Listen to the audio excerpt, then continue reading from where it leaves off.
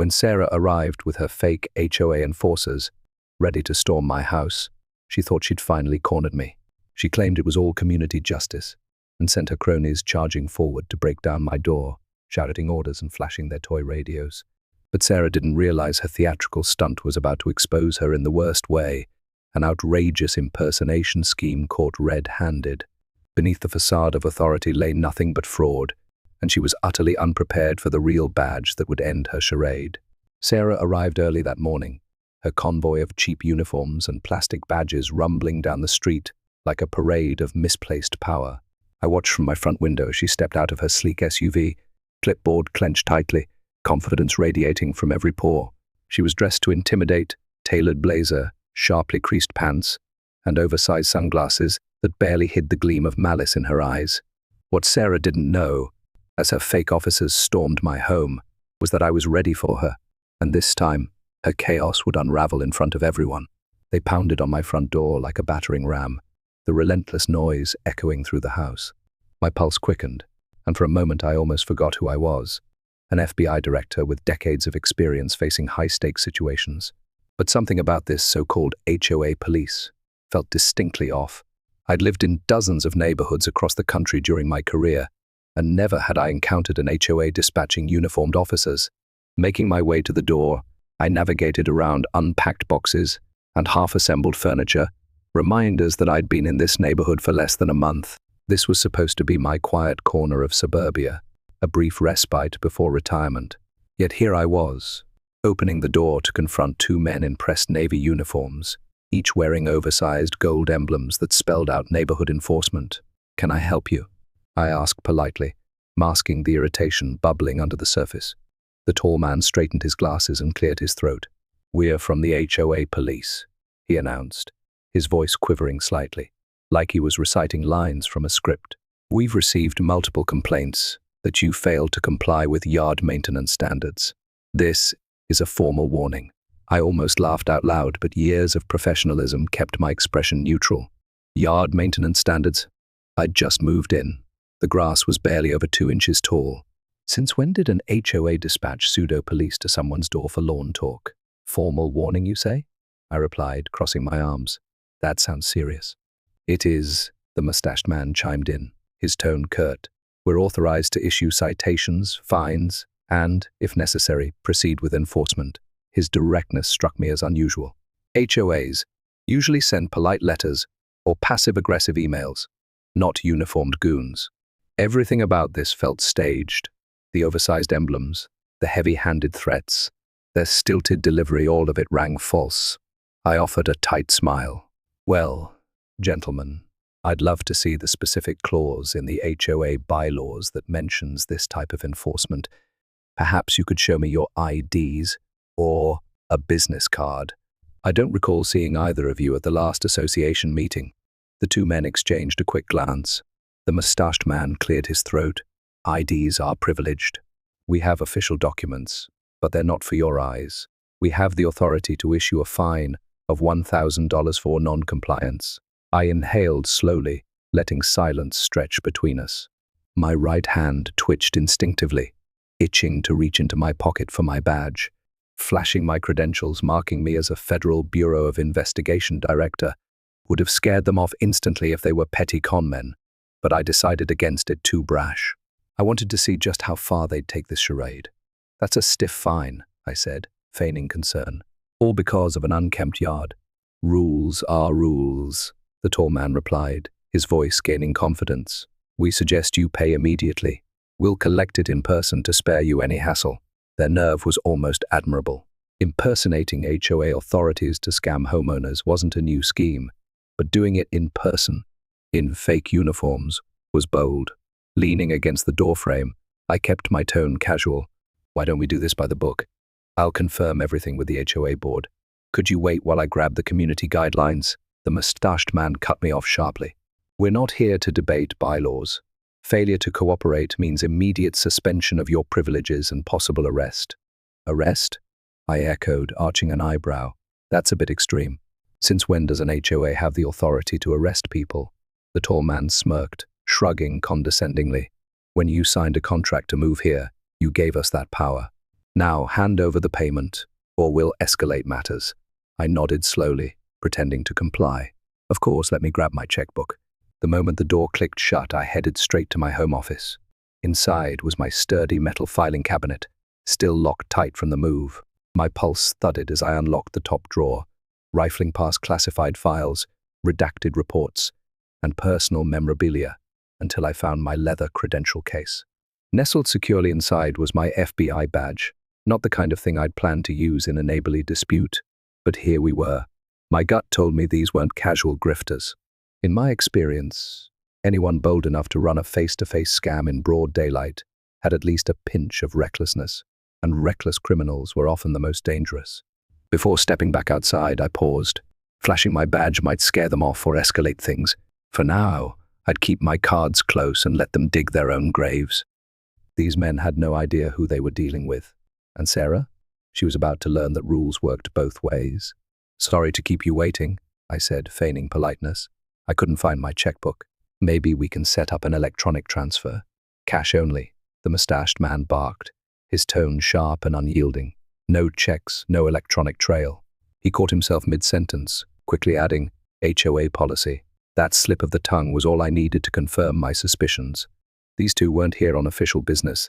They were improvising, hoping to intimidate me into handing over untraceable cash. Interesting, I mused, keeping my tone neutral. I never knew HOAs could be so discreet with their finances. The mustached man's eyes narrowed as he thrust a clipboard toward me. "Sign here, we can settle this quickly. You want to keep your privileges in the neighborhood, don't you?" I pretended to examine the form, noting the grammatical errors, mismatched fonts, and the faint watermark that read sample document across the background. It was laughably amateurish, but I kept my amusement hidden behind a stoic nod. Just then, the door across the street creaked open, and my elderly neighbor, Harold, stepped onto his porch, watering can in hand. He paused, his gaze lingering on the scene unfolding on my doorstep. For a fleeting moment, I considered calling out to him, asking him to snap a photo or record a video, but that might tip off the pair standing in front of me. Instead, I shot Harold a friendly wave, as if to say, "Everything's fine," and turned back to my visitors. A chime sounded from my phone in the other room, likely a spam message or a receipt from the moving company. Still, it gave me an idea. "Let me grab my phone," I said, keeping my tone light. "If I can't find cash, maybe I can text someone for help. Don't want to break any rules." The mustached man's lips curled into a sneer. "Make it quick." I shut the door and headed to the living room, where my phone sat on the coffee table next to a mug of coffee I'd barely touched. The text was from a bureau contact, confirming a routine debrief. Smirking, the first opened the camera app and switched to video mode. If I could record even a snippet of these conmen demanding cash, I'd have enough evidence to build a local case against them without blowing my cover as an FBI director. I pressed record and padded back to the door, glancing at the screen to ensure it was capturing everything. A thought crossed my mind. Should I wait and see if they tried to force entry? Documenting a crime in real time was often the best approach for prosecuting fraud, but I didn't want to let this escalate beyond my control. When I opened the door again, the pair glared at me, shifting on their feet. The tall one spoke first, his voice tinged with impatience. "We don't have all day." I puffed out a casual breath. "Gentlemen, I have reason to believe you're not who you say you are. You claim to represent the HOA, but your documents—" "We are who we say we are," the mustached man hissed, stepping forward. "And we're going to arrest you if you don't comply right now." I withdrew my real badge from my back pocket, flipping it open with practiced precision. "Federal Bureau of Investigation," the first stated, my voice low and steady. "You want to arrest me, an FBI director? You're going to have to try a whole lot harder than that." Their reactions were priceless. Wide eyes, parted lips, all bravado draining from their faces in an instant. They froze, as though the ground had cracked beneath them. The tall one mumbled. Nobody said anything about the FBI. His voice quivered, his panic poorly masked. "If by job you mean impersonating police officers and threatening residents with phony arrests, then yes, you're doing it splendidly," I replied coolly. "Now, put your hands where I can see them." The mustached man's face twitched, his fists clenching so tightly his knuckles turned white. "Listen, we can explain." "I'll bet you can," I cut him off. "There's a local station house just a few miles from here. We can have a friendly conversation there. I'm sure the detective on duty would love to hear your story. A bead of sweat rolled down the mustached man's brow. Wait, let's be reasonable, he stammered, throwing a glance at the tall one, who looked like a caged fox ready to bolt. No need to drag in the authorities. We can work something out. After all, you know how these neighborhoods can be about small infractions. You're joking, I said, stepping forward. You think I'd pay a fraudulent fine after showing you my FBI badge? Could be a misunderstanding. Maybe we got the wrong address. Sure, I drawled. And you just happened to come with a half-baked contract demanding cash-only payments. Give me a break. Still filming discreetly on my phone, I gestured for them to back away from my doorway and step onto the lawn. If they made any sudden moves, like pulling a weapon, there would at least be some space between us. I want you both to kneel on the grass.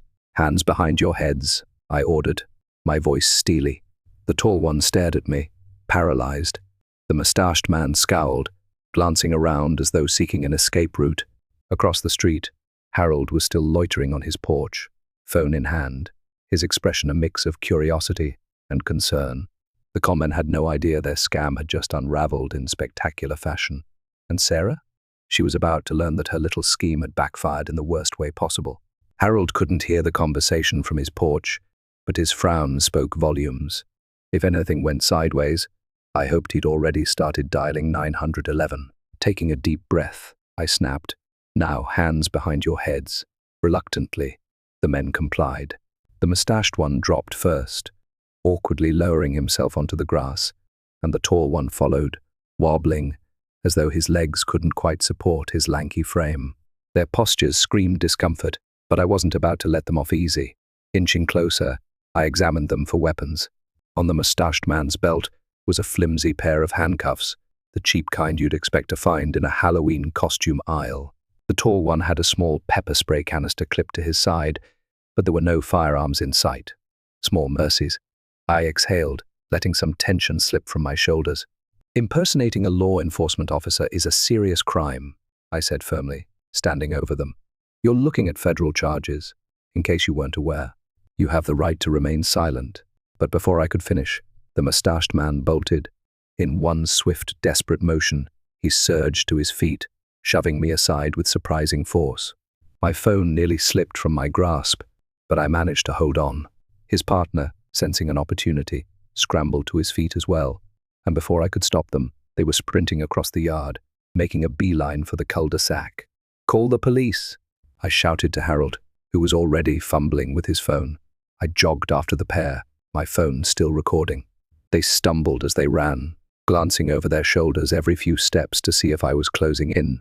Their getaway was clumsy and frantic amateurish, but they were gaining distance. At the end of the cul-de-sac, a battered sedan idled at the curb, its engine rattling like a tin can. From the silhouette in the driver's seat, I could see a third figure, a woman revving the engine anxiously, causing the vehicle to bounce slightly on its worn suspension. The tall man yanked the passenger door open, and the two of them clambered in, their feet tangling in the rush. The mustached man lost a shoe in the chaos, leaving it behind on the pavement like a monument to their ineptitude. The sedan screeched away, tires squealing as it tore down the street. It ignored a stop sign, swerved around a corner, and narrowly avoided mowing over a neighbor's flower bed before vanishing from sight. Breathing heavily, I slowed to a stop, my phone still recording. It was over at least for now. Trudging back to my house, I replayed the last few moments in my mind. My eyes scanned the footage, catching a glimpse of the sedan's license plate. Sure, see something. The rest was obscured by mud or peeling paint, but it was a start. Harold approached me, his face creased with concern, his phone still clutched tightly in his hand. "The 911 operator says officers are on their way. Are you okay?" I nodded, still riding the adrenaline rush. "Yeah, thanks for calling them. I've got video of the whole thing, should help us ID them." Harold glanced down at the FBI badge still in my hand, his eyebrows shooting up. "Did I hear that right? You're FBI?" "Long story," I replied, tucking the badge into my pocket. "I'll explain when the local PD gets here." The commotion drew a small crowd, including the HOA president, an older woman named Margaret. She looked appalled, shaking her head in disbelief. "We don't even have a security patrol, let alone an HOA police force," she exclaimed. "This is outrageous.